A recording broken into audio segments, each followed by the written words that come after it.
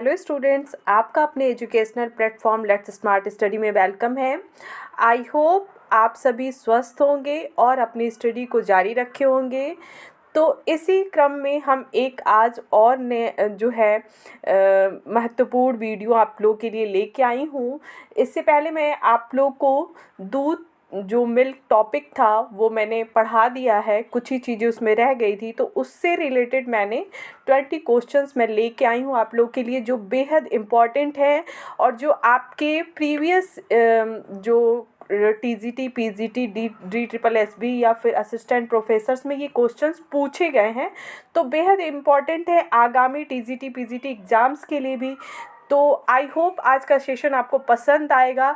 तो चैनल पे जो लोग नए हैं वो चैनल को प्लीज़ सब्सक्राइब कर ले, बेल आइकन को प्रेस कर ले, ताकि आने वाली वीडियो की अपडेट आपको मिलती रहे। और साथ ही अपने फ्रेंड्स के साथ शेयर करना ना भूलें और लाइक करें, कमेंट करें कि आपको चीज़ें समझ में आ रही हैं या नहीं आ रही हैं और कौन सा टॉपिक्स आप लोग पढ़ना चाहते हैं। तो चलिए स्टार्ट करते हैं।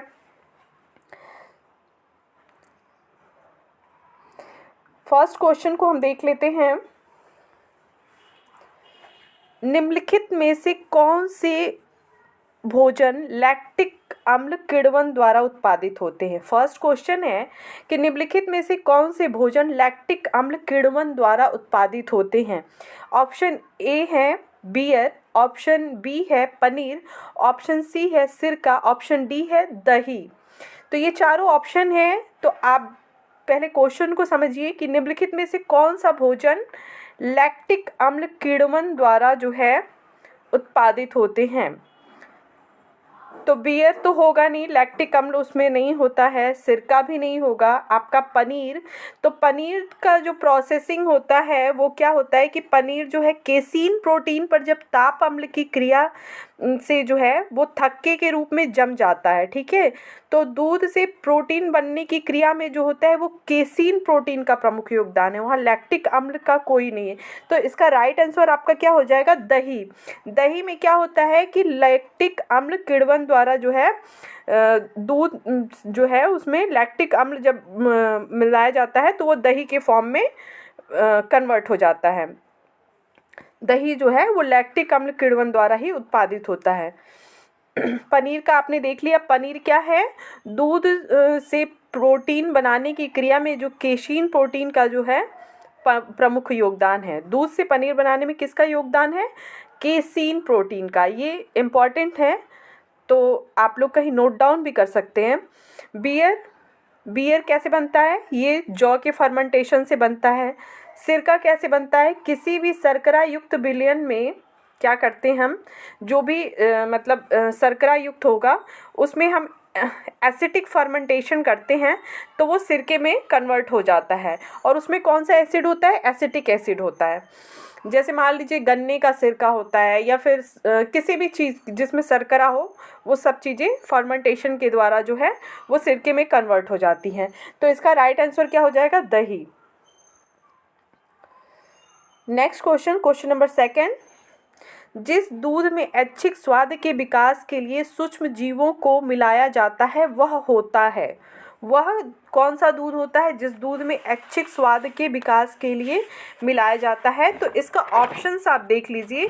फर्स्ट इन्होंने दिया है वाष्पीकृत, सेकंड शुष्क, और सी जो है सांद्र, डी सुसंस्कृत। ठीक है, ये चार ऑप्शन दिए। ये D triple S B PGT 2018 का क्वेश्चन है आपका। तो वाष्पीकृत दूध फर्स्ट हम देख लेते हैं कि क्या होता है।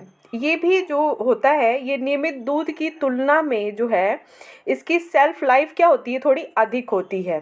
ठीक है, वाष्पीकृत दूध को हम क्या करते हैं, इसको हम इसमें से वाटर निकाल देते हैं जो है, तो ये 60% इसका वाटर निकाल देते हैं, तो ये निर्जलित दूध भी कहा जाता है।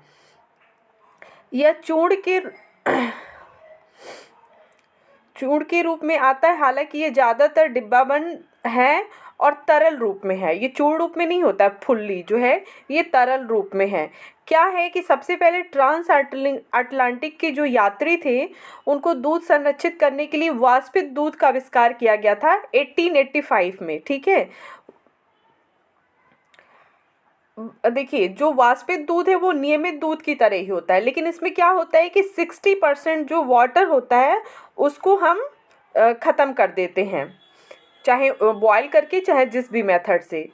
और शेष को हम क्या करते हैं, ठंडा कर लेते हैं और फिर उसे उच्च ताप पर लगभग 240 डिग्री फ़ारेनहाइट पर उसको निष्फल किया जाता है। इस दूध की क्या होती है, पौष्टिकता जो है बढ़ जाती है और इसमें विटामिन डी भी मिलाया जाता है। ठीक है, इसमें गहरा रंग भी पाया जाता है जो इसके हीटिंग प्रोसेस के कारण होता है। तो वाष्पीकृत दूध जो मैंने आपको पढ़ाया था, जो लोग भी इससे पहले नहीं देखे होंगे, तो मैं मिल्क का पूरा चैप्टर पढ़ा चुकी हूँ।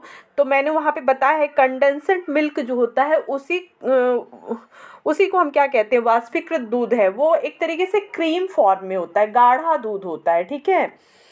सेकंड आपका शुष्क दूध, ये तो पता है सबको, जो पाउडर वाला दूध होता है तो उसी को शुष्क दूध बोलते हैं।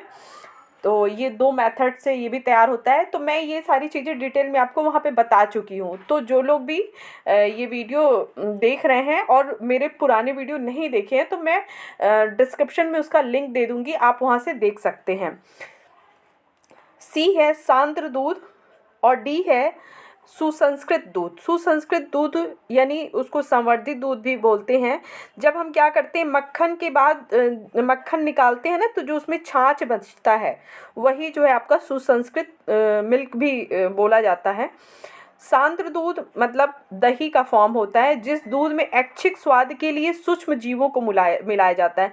तो क्या करते हैं हम, दूध में जब मिला देते हैं लैक्टिक जो बैक्टीरिया होती है, तो उससे जो है वो दही में कन्वर्ट हो जाता है। तो इसका राइट आंसर क्या हो जाएगा, सांद्र। सांद्र। ठीक है। तो आई होप ये सारी चीज़ें आपको समझ में आ गई होंगी। नेक्स्ट क्वेश्चन पे हम आ जाते हैं। क्वेश्चन नंबर 3 क्या है, कच्चे फलों से कठोर गंध आती है क्योंकि उनमें होता है। ऑप्शन ए है ट्रिप्सिन निरोधक, ऑप्शन बी है टैनिन, ऑप्शन सी है सपोनिन्स, ऑप्शन डी है फेविजम। तो इसका राइट आंसर हो जाएगा आपका ट्रिप्सिन निरोधक। ठीक है। ये क्वेश्चन आप लोग एक बार प्लीज़ चेक कर लीजिएगा, मुझे इसका कहीं पे भी डिटेल्स बहुत अच्छे से नहीं मिला है, लेकिन मेरे अकॉर्डिंग यही होगा, ट्रिप्सिन निरोधक।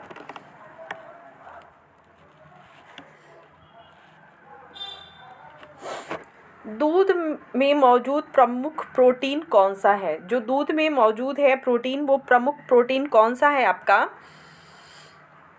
ऑप्शन ए है केशीन, कैसीन लिखा है लेकिन केसीन होगा। Option B trypsin, option C chymotrypsin और ऑप्शन डी पेप्सिन। ठीक है। तो केशीन जो होता है वो दूध में जो है मेनली प्रोटीन यही होता है। ठीक है। अच्छा, ट्रिप्सिन क्या होता है? ट्रिप्सिन जो है ये भी शरीर में पाए जाने वाला एक एंजाइम है जो पाचन तंत्र के लिए काम करता है, पाचक एंजाइम है। यह आंतों और किसमें, पैंक्रियाज अग्नाशय में पाया जाता है। साथ ही काइमोट्रिप्सिन भी आपका डाइजेस्टिव एंजाइम है। पेप्सिन क्या है? ये भी पाचक एंजाइम है जो प्रोटीन को पचाने में मदद करता है, पेप्सिन। ठीक है।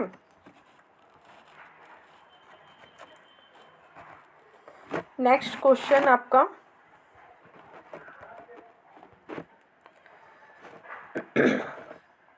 दूध के उस अपमिश्रक का नाम क्या है जो कि इसमें आयोडीन मिलाकर निर्धारित किया जाता है? ठीक है, दूध के उस अपमिश्रक का नाम क्या है जो इसमें आयोडीन घोल मिलाकर जो है निर्धारित किया जाता है? चाक चूर्ण, तो इसमें इससे तो आयोडीन टेस्ट होता नहीं, इसके लिए तो होता नहीं है। स्टार्च, स्टार्च के लिए ही जो होता है आयोडीन टेस्ट होता है। ठीक है। खनिज तेल, पानी, इन सारी चीज़ों के लिए नहीं होता है। तो दूध की उस अपमिश्रक का नाम क्या है? स्टार्च है, जो कि इसमें आयोडीन मिलाकर निर्धारित किया जाता है। तो स्टार्च किन किन चीज़ों में पाया जाता है? गेहूं में, चावल में, जौ, चना, दालों, कुछ सब्जियों में भी पाया जाता है, जैसे आलू हो गया, शकरकंदी हो गया। तो इन पदार्थों को पकाने से ये इस योग्य हो जाते हैं कि शरीर में इसका उपयोग हो सके। ठीक है, वैसे भी स्टार्च का पाचन जो है मुंह से प्रारंभ होता है, इसलिए स्टार्च युक्त भोज्य पदार्थों को खूब चबाकर ही खाना चाहिए। आमाशय में भी स्टार्च का कुछ पाचन होता है और वहाँ इसके लिए कम समय लगता है। ठीक है,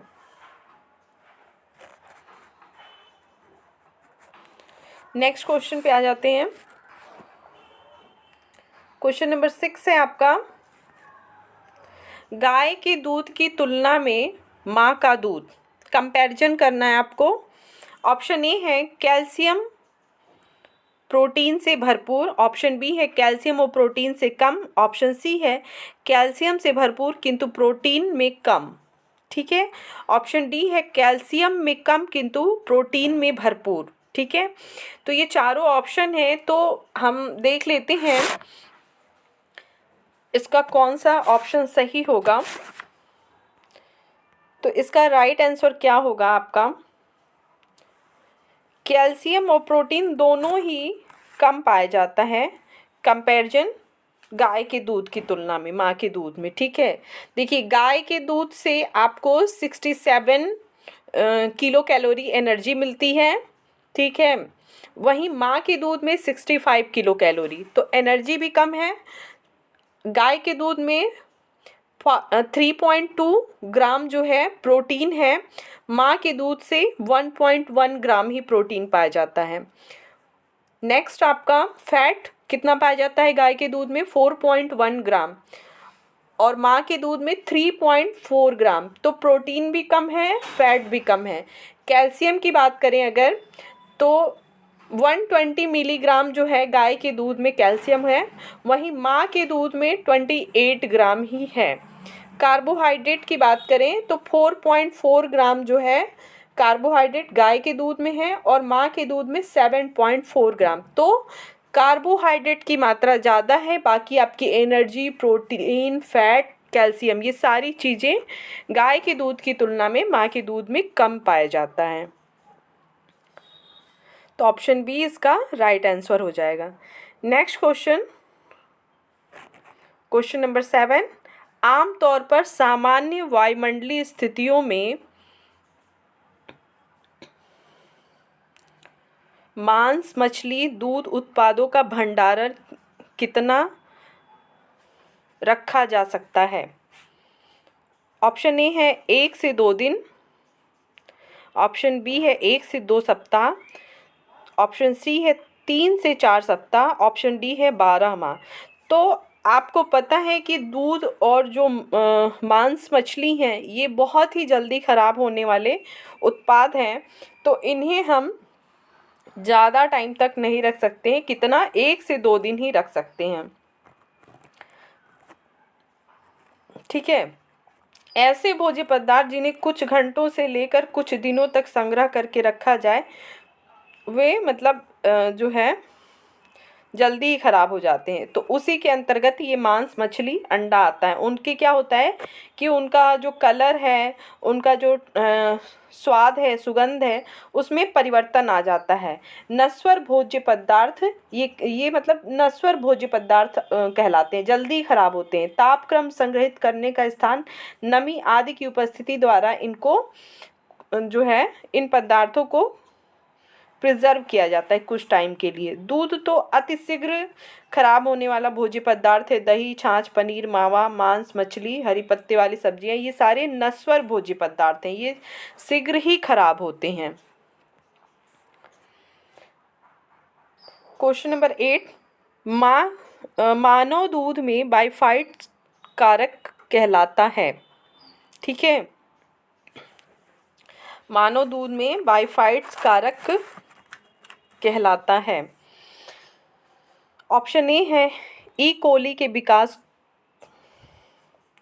को रोकता है, ऑप्शन बी है लैक्टोबैसिलस के विकास को रोकता है, ऑप्शन सी है ई कोली और लैक्टोबैसिलस दोनों के विकास को रोकता है, ऑप्शन डी है ई कोली और लैक्टोबैसिलस दोनों के विकास को प्रोत्साहित करता है। ठीक है, ये आपका DSSB-TGT 2014 का ये क्वेश्चन है, बहुत इंपॉर्टेंट क्वेश्चन है। तो मानव दूध में बाइफाइट्स का जो कारक है ई कोलाई और लैक्टोबैसिलस, ये दोनों के विकास को क्या करता है? ये दोनों क्या है? बैक्टीरिया है। तो इन दोनों के विकास को ये रोकता है, ठीक है। बाइफाइट्स जो होता है जो कारक, वो दोनों के विकास को रोकता है। लैक्टोबैसिलस जीवाणु या लैक्टिक अम्ल द्वारा दूध में क्या होता है? खमीरीकरण की क्रिया शुरू हो जाती है। मथा हुआ दही, छाछ, मट्ठा ही खमीरीकृत दूध है।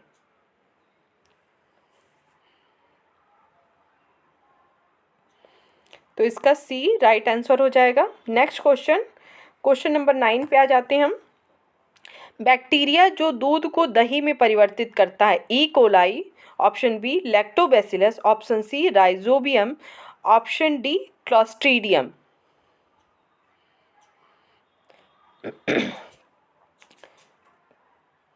तो बैक्टीरिया जो दूध को दही में परिवर्तित करता है, तो ये सबको पता है कौन सा होगा? लैक्टोबैसिलस। लैक्टोबैसिलस जो होता है वो आपके दूध को दही में परिवर्तित करता है। ई कोलाई क्या है? आपका ई कोलाई इस्चेरिचिया कोलाई का संक्षिप्त रूप है।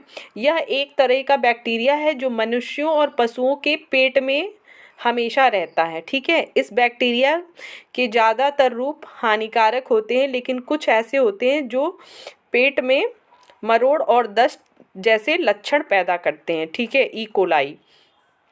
राइजोबियम क्या है आपका? राइजोबियम एक भूमिगत जीवाणु है, बैक्टीरिया है जो नाइट्रोजन का यौगीकरण करता है, ठीक है। और दलहनी फसल के लिए काफ़ी अच्छा माना जाता है ये जैविक उर्वरक। क्लॉस्ट्रीडियम जो है ये मिट्टी, पानी और मनुष्यों और अन्य जानवरों के आंतों में पाया जाता है, ठीक है। Next question, question number 10। दूध का पाश्चुरीकृत किस तापमान पर किया जाता है, ठीक है। तो आप जो है दूध का पाश्चुरीकरण जो है, पाश्चुरीकरण की प्रक्रिया मैंने आपको बताई थी कि क्या है। इससे जो दूध होता है वो स्वच्छ और बैक्टीरिया रहित हो जाता है।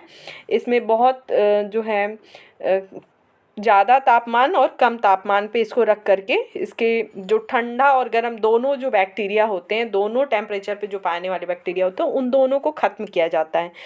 तो इसका दूध का पाश्चुरीकरण किस तापमान पर किया जाता है? तो आपका 145 डिग्री फ़ारेनहाइट पे 145 डिग्री फ़ारेनहाइट पे किया जाता है, ठीक है। कितने टाइम के लिए? 30 मिनट के लिए।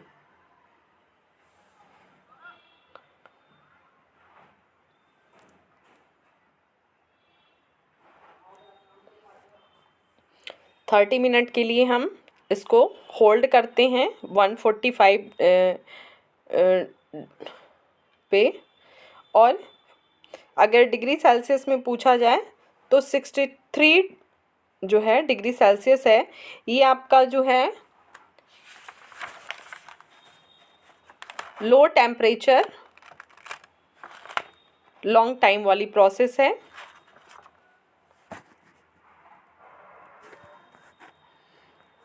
नेक्स्ट क्वेश्चन, ये भी पाश्चुरीकरण से ही है। पाश्चुकृत दूध की क्षमता की जांच की जाती है। ये सारे टेस्ट हैं जिसके थ्रू जो है पाश्चुरीकरण किसके थ्रू जो है हम इसकी क्षमता की जांच करते हैं। ऑप्शन ए है कॉलीफॉर्म टेस्ट प्रयुक्त करके, ऑप्शन बी है आयोडीन टेस्ट प्रयुक्त करके, ऑप्शन सी है नाइट्रिक एसिड टेस्ट प्रयुक्त करके, ऑप्शन डी है फास्फेटेट टेस्ट प्रयुक्त करके। तो सबसे पहले हम देख लेते हैं। वैसे तो इसका राइट आंसर जो होगा वो आपका फास्फेटेट टेस्ट प्रयुक्त करके होता है। क्या करते हैं देखिए, पाश्चुरीकरण में लंबे समय तक जो है परिरक्षित करने हेतु इसका उपयोग करते हैं।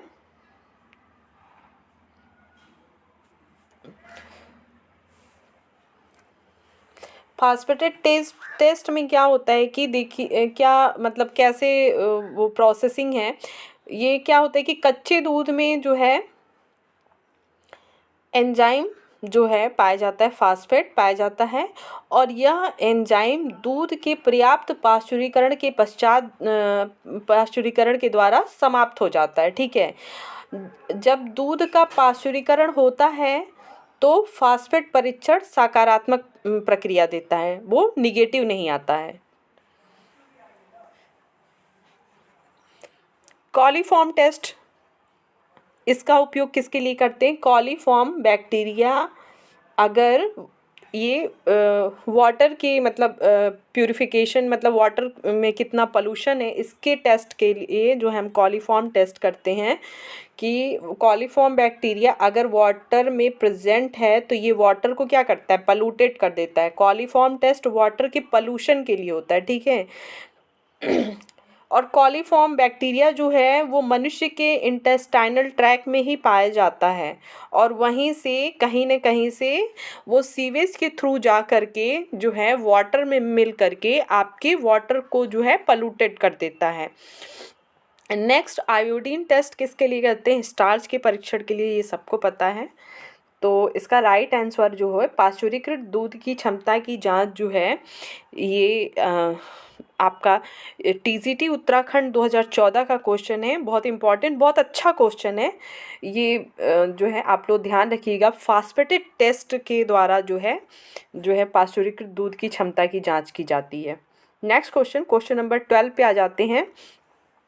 डैश डैश दूध के प्रकार में केवल 0.05 से 0.1% वसा होती है। ऑप्शन ए है टोन दूध, ऑप्शन बी है स्किम दूध, ऑप्शन सी है कंडेंसड दूध, और ऑप्शन डी है पूर्ण दूध। देखिए ये एमपीपीएसडी एंट्रेंस एग्जाम 2015 का ये क्वेश्चन है। ठीक है, तो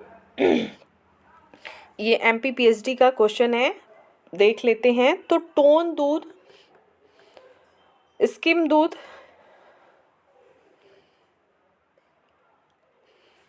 और आपका कंडेंसड दूध, गाढ़ा दूध जो होता है, पूर्ण दूध आपको पता ही है। ठीक है, होल मिल्क में जो होता है वो बिल्कुल भी उसमें से जो है फैट वगैरह नहीं निकाला जाता है। ठीक है, पूर्ण दूध जो आपका होता है सभी तत्व उसमें मौजूद होते हैं। फिर आपका है स्किम्ड मिल्क, यानी कि वसा रहित दूध। इसमें क्या होता है, हम फैट वगैरह निकाल देते हैं जिससे इसमें जो है फैट वगैरह कम होता है। और ये जिन्हें ऐसे लोग जिन्हें फैट फ्री दूध चाहिए वो इसको कंज्यूम करते हैं।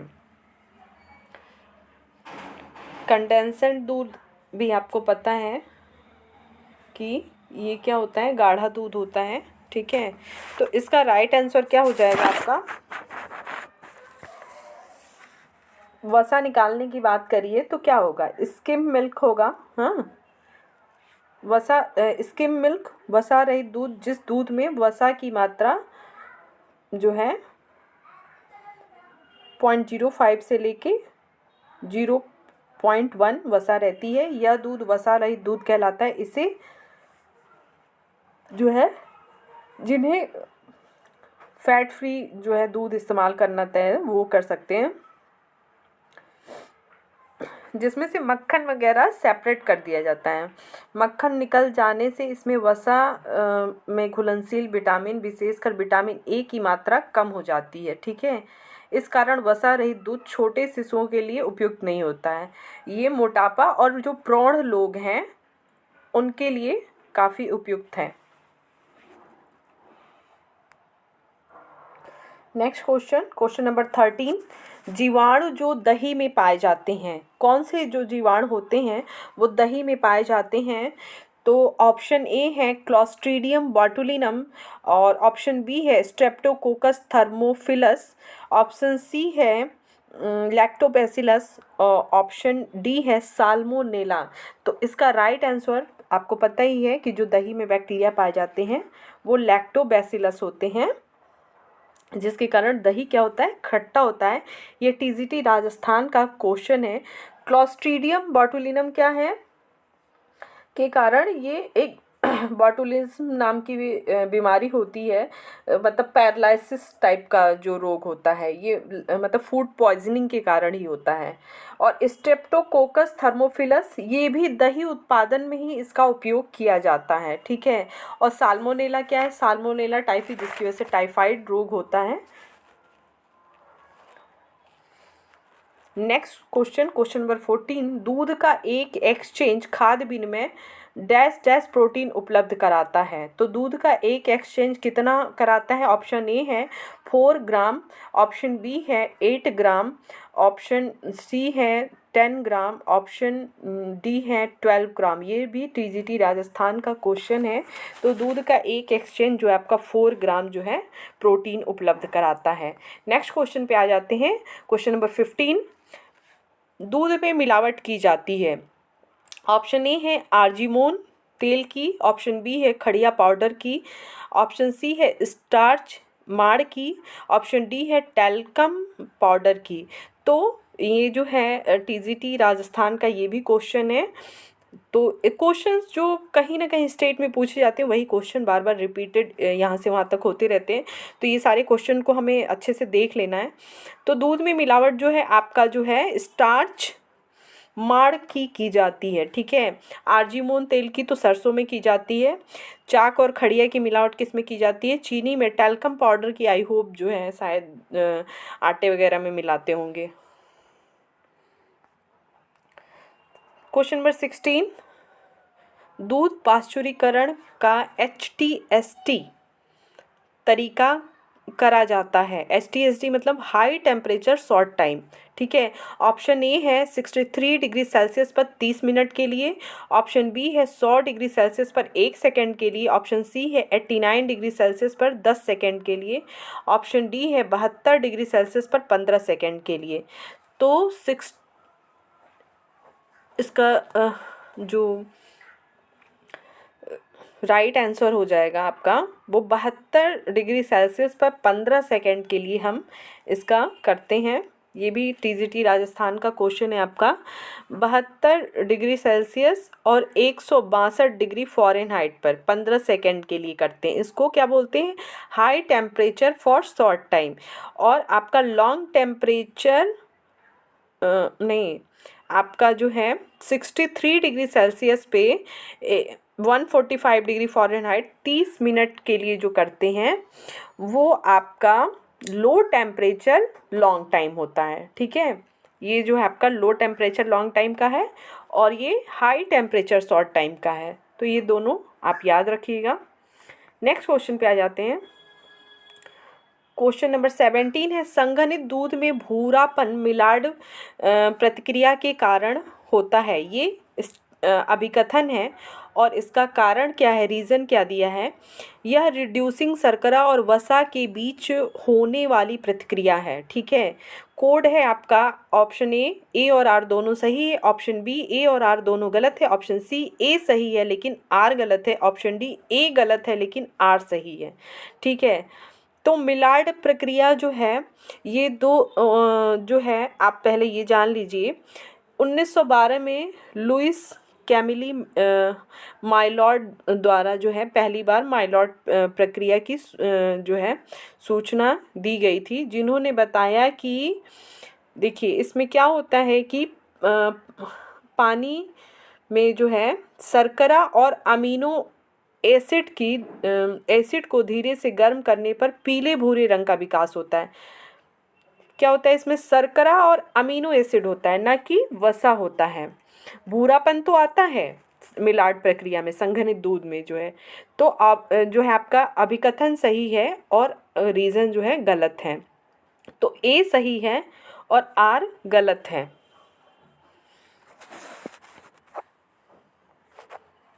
ऑप्शन सी इसका राइट आंसर हो जाएगा। दूध क्या है? एक जटिल रासायनिक पदार्थ है जिसमें वसा जो है क्या होता है, पायस के रूप में होता है।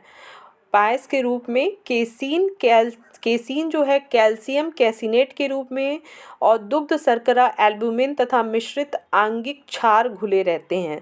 दूध में जो है सभी आवश्यक एमिनो एसिड पाए जाते हैं, इसलिए इसका पौष्टिक महत्व इतना अधिक।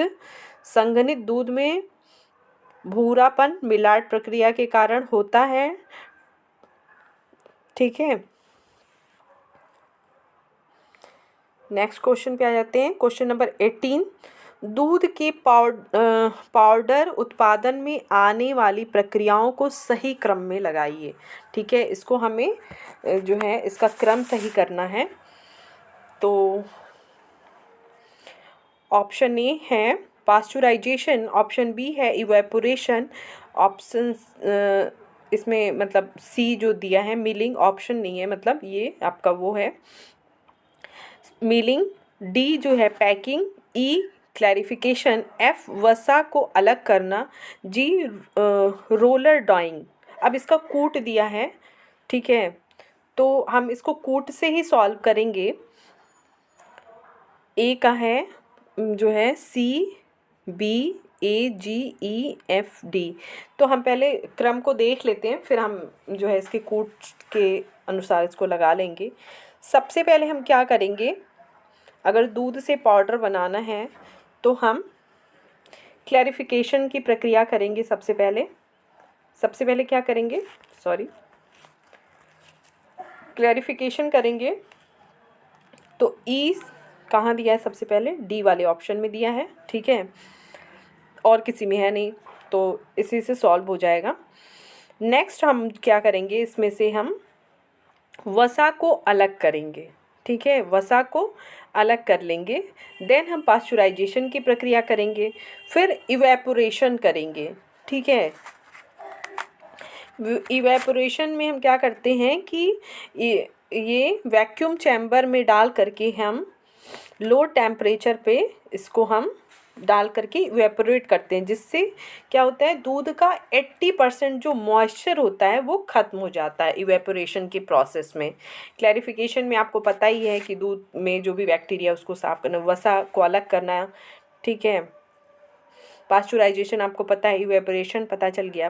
फिर रोलर डाइंग में आपको जो पढ़ाई हूँ अभी इससे पहले दूध का टॉपिक, उसमें मैंने बताया है कि कैसे रोलर्स में डाल करके उसको जो है उसको सुखा करके उसका पाउडर बनाते हैं, रोलर डाइंग।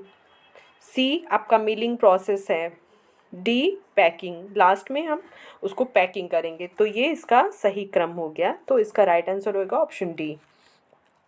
नेक्स्ट क्वेश्चन है क्वेश्चन नंबर 19, चीज़ बनाने की प्रक्रिया को सही क्रम में लगाइए। तो फर्स्ट है दही जमाना, सेकंड है आपका सैडर, थर्ड पास्चुरीकरण, चौथा परिपक्वन, पांचवा सांचे में ढालना, छठा पीसना और नमक लगाना। तो इसका राइट आंसर क्या होगा आपका, सबसे पहले हम चीज़ बनाने के लिए क्या करते हैं कि हम सबसे पहले पास्चुरीकरण करेंगे, मतलब दूध में जो भी बैक्टीरिया है उसको हम ख़त्म कर लेंगे। तो पहले ये थर्ड होगा, तो थर्ड इसमें भी है इसमें भी है, दो ऑप्शन ये दोनों कट हो गए। ठीक है,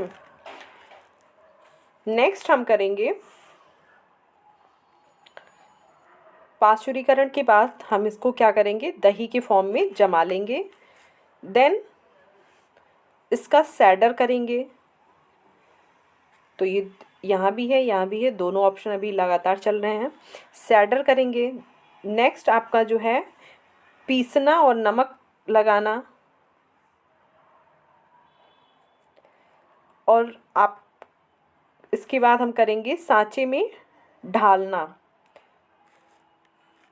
तो इसके अकॉर्डिंग देखिए यहाँ पे पहले 4 दे दिया है, तो ये भी गलत हो जाएगा। सी जो है इसका राइट आंसर होगा, पहले सांचे में ढालेंगे देन हम परिपक्वन करते हैं इसको। ठीक है, तो सी इसका राइट आंसर हो जाएगा। नेक्स्ट दूध का, ये क्वेश्चन लास्ट है 20, दूध का आइसोलेटिंग पॉइंट जिस पर अधिकतम स्कंदन होता है, अधिकतम जो जिस पे स्कंदन होता है वो आइसोलेटिंग पॉइंट क्या है? तो आइसोलेटिंग पॉइंट को पहले आप समझ लीजिए। आइसोलेटिंग पॉइंट में मतलब ये प्रोटीन के बारे में बात की जा रही है। और पीएच वैल्यू की, पीएच वैल्यू मतलब known as the isolytic isoelectric point of the protein. ये जनरली पीएच वैल्यू के लिए ही जो है यूज़ किया जाता है। तो दूध का आइसोइलेक्ट्रिक पॉइंट जो है आपका राइट आंसर क्या हो जाएगा? 4.6 जो होता है वो केसीन प्रोटीन का जो होता है वो 4.6 आइसोइलेक्ट्रिक पॉइंट होता है।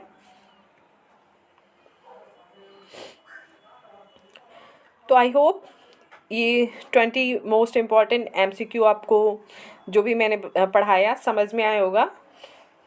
तो आप लोग अपनी स्टडी को ऐसे ही कंटिन्यू रखिए और चैनल पे बने रहिए। मैं सारे टॉपिक धीरे धीरे कवर करूँगी। तो जो लोग भी, फिर से मैं एक बार से कहती हूँ कि जो लोग भी नए हैं वो प्लीज़ चैनल को सब्सक्राइब कर लें और लाइक करें, कमेंट भी करें और अपने फ्रेंड्स के साथ शेयर करना बिल्कुल ना भूलें। Thank you so much.